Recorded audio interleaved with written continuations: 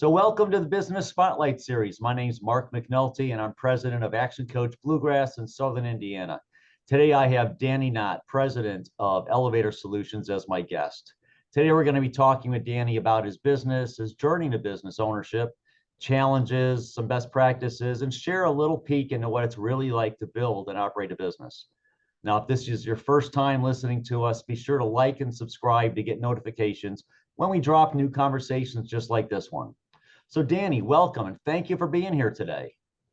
Well, thanks for having me. Yeah, great. So tell us a little bit about Elevator Solutions. How did you come to become a business owner? I can say I've always wanted to be an entrepreneur. I really never knew exactly what that was going to be. Um, and I never thought it'd be elevators, but I found myself in the elevator trade in the mid 2000s. Kind of worked with a couple different companies and learned the ins and outs. And then in 2016, decided to go out on my own, and here we are today. Okay, so tell us about the business. Kind of what are your primary services? Who do you serve? We are, our target customers, property managers, anybody that manages properties, to service their elevators, repairs if needed, service calls, modernizations is a lot we do, like older elevators, go in and rewire them, new controls. That's kind of one of our best parts of the business. And we also do some new installations as well, some smaller new installs.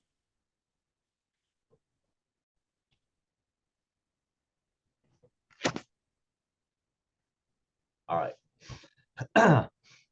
So great. So are you the sole owner, founder, or do you have other owners or? I have one minority shareholder, but I'm the majority stake owner of the corporation. Okay. So tell us about your team.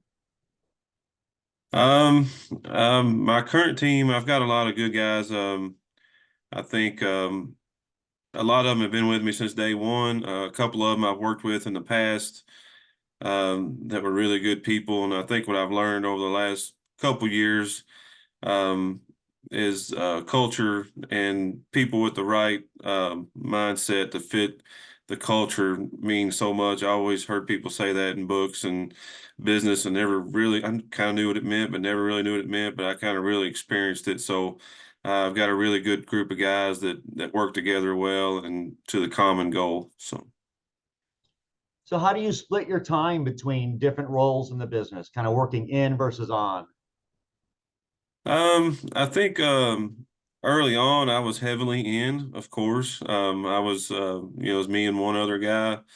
Um, Coming up on 8 years this year, so I'm not as much in the field as what I used to be. Most of my today is managing the larger projects, the timelines of project managing on the bigger projects, and working on the business, on that end of it. And that's where I really kind of find myself enjoying it these days, less technical and more working on the business. Okay, great. So let's talk about your business a little bit. So what makes you special? Why do your clients hire you instead of there's several elevator service companies in Louisville. So Yeah. why do they hire you instead of your competitor? I think one thing, like I say, is we're a smaller company. We can offer better communication than the larger companies that are out there. Just in the last year to 2 years, there's several small independents that sold out in the last year to 2 years. So I think me and only one other company are smaller independents. The rest of them are either owned by private equity or they're just a major elevator company. So what we can really do is offer customer service. So if you call and you need somebody, you can talk to somebody, and we work with our customers instead of telling them what they need to do. We're more of we work with them as opposed to kind of being, just a vendor for them. Right. Okay. So what's something you wish more people knew, especially like property managers, that they knew about you in your business? I think if a lot of them, they look at a smaller company and they think that they can't get the quality of service. I think we can give just as good a service as any of the companies out there. I've got any guys anywhere from 20 years experience, down to 5 years experience. So we've got the background, the expertise, that we can really help out any property manager. Okay. So tell us how you reach your clients. What kind of marketing are you doing to reach property managers and others that might need your services? I think early on I tried a little bit of everything. I've done direct mailers. I've done email marketing. I've kind of covered the gamut, but and we still do some of that. We do our own in-house email marketing and um, everything. But the biggest thing in our industry, I think, has helped us is word of mouth. Um, it takes longer that way, but I can't say there's any one marketing because our industry is just so specialized that Right. not everybody's looking for an elevator company, and word of mouth really helps. So, our goal is we do quality work and they'll recommend us to somebody else. So that's kind of, the best way I explain our best marketing tool is us. Okay. Good. So do you feel like your whole team does a good job of supporting the property managers and encouraging that those referrals? Yeah, especially in the last year, I had to make some changes. Year before last, I had a couple employees that were, very experienced, but um, you know, weren't team players. Okay. And then once I kind of made the tough decisions to back away from them, I mean, the other team members stepped up, and it's just been a total game changer. And we've been on an upward trajectory ever since. Mhm. So that's why, culture, you can't replace good culture and good people. Right. Okay. So what was it? What was the trigger that says I can start this business myself instead of working for somebody else? How'd you make that transition? What was that like? It's probably about like anybody in the trades that went out on their own. Um, like I said, I started out with a larger company. I worked with them, and then I went to a smaller upstart company. I was just intrigued by it, and I guess that was my draw of entrepreneurship. I wanted to see what that was like, so I did that, and then I just felt like I could do this and maybe do it better. Of course, you get kicked down a little bit a few times over the years, but um, that's kind of where it started. Okay. So what's been a memorable roadblock or hurdle that you had to overcome that challenged you and but you worked and overcame it? Yeah, I think, and it could have stemmed from COVID, but like I think a year ago when I had to make a tough decision to let a couple people go, and they were in key positions, but I didn't realize how much they were hurting things more than helping. So, and that was a tough year. I mean, when you got to make those decisions, you don't know if they're the right decisions, but um, that's probably the biggest one so far, was making those decisions and then um, empowering the rest of the team to help us grow. Right. So how did going through that, how did that impact you as a business owner? Um, I think it really made me kind of step back and look and let me know that I'm really not as good at running this business as I thought, and really kind of got into educating myself, and I've always kind of read books. I do a lot of audio books because I'm on the road a lot, but I really dove in to really start educating myself about business and trying to learn anything I could learn, because I came from the field, so I just felt like if we do a job and we have a little bit of markup on it and we get it done, everybody will be happy. But there's a little more to running a business, especially the bigger we got. So, Yeah. Okay. So how would you describe your leadership style now? um, I would like to think that I've enabled people to kind of step back and let people that can handle things handle them, the right people. I can't do it all myself. Like I said, I've got a really good team. And even this year, there's a lot more going on that I'm not involved in as much. So it's a little different because I don't have my arms around it, kind of like I did in the past. But I really trust my team that I currently have. Okay. So what are some things you do to attract new team members and then keep your solid team? What are you doing to, keep them around? I think one thing I try to do, and from day one, I told myself I was going to do this is offer really good benefits. One of them is I pay for the employees' health insurance 100%. It's good 80/20 insurance. That's part of it, good benefits. And then really, and I've kind of learned this along the way, but really kind of teaching them, instead of holding them back, kind of help them grow into something more than they was, and I've been able to see that, especially with some younger guys that came on with me, like from ground zero and where they're at today. So I really look at myself as a facilitator and helping people reach their potential, at least in this trade, if that's what they choose to do. Okay, that's great. You've mentioned culture a couple times, which is clearly really powerful. So how would you describe the culture at Elevator Solutions?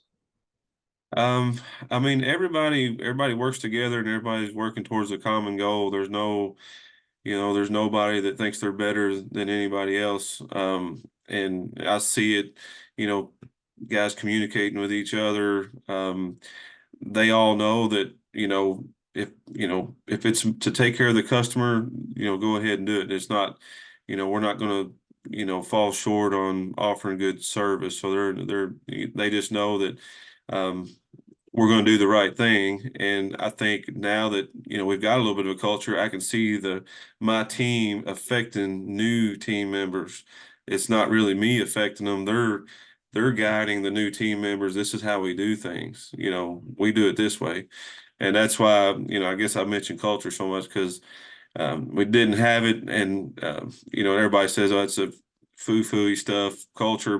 And I probably thought the same thing 2 years ago, but I've lived it, so once you find it, you know how special it is. Yeah, yeah, no, it's everything these days, and it's how we keep teams. So congratulations for learning that and really instilling that in the company. That's awesome. Um, so where do you see the business kind of in the next 3 to 5 years? Do you have a big goal you're trying to reach?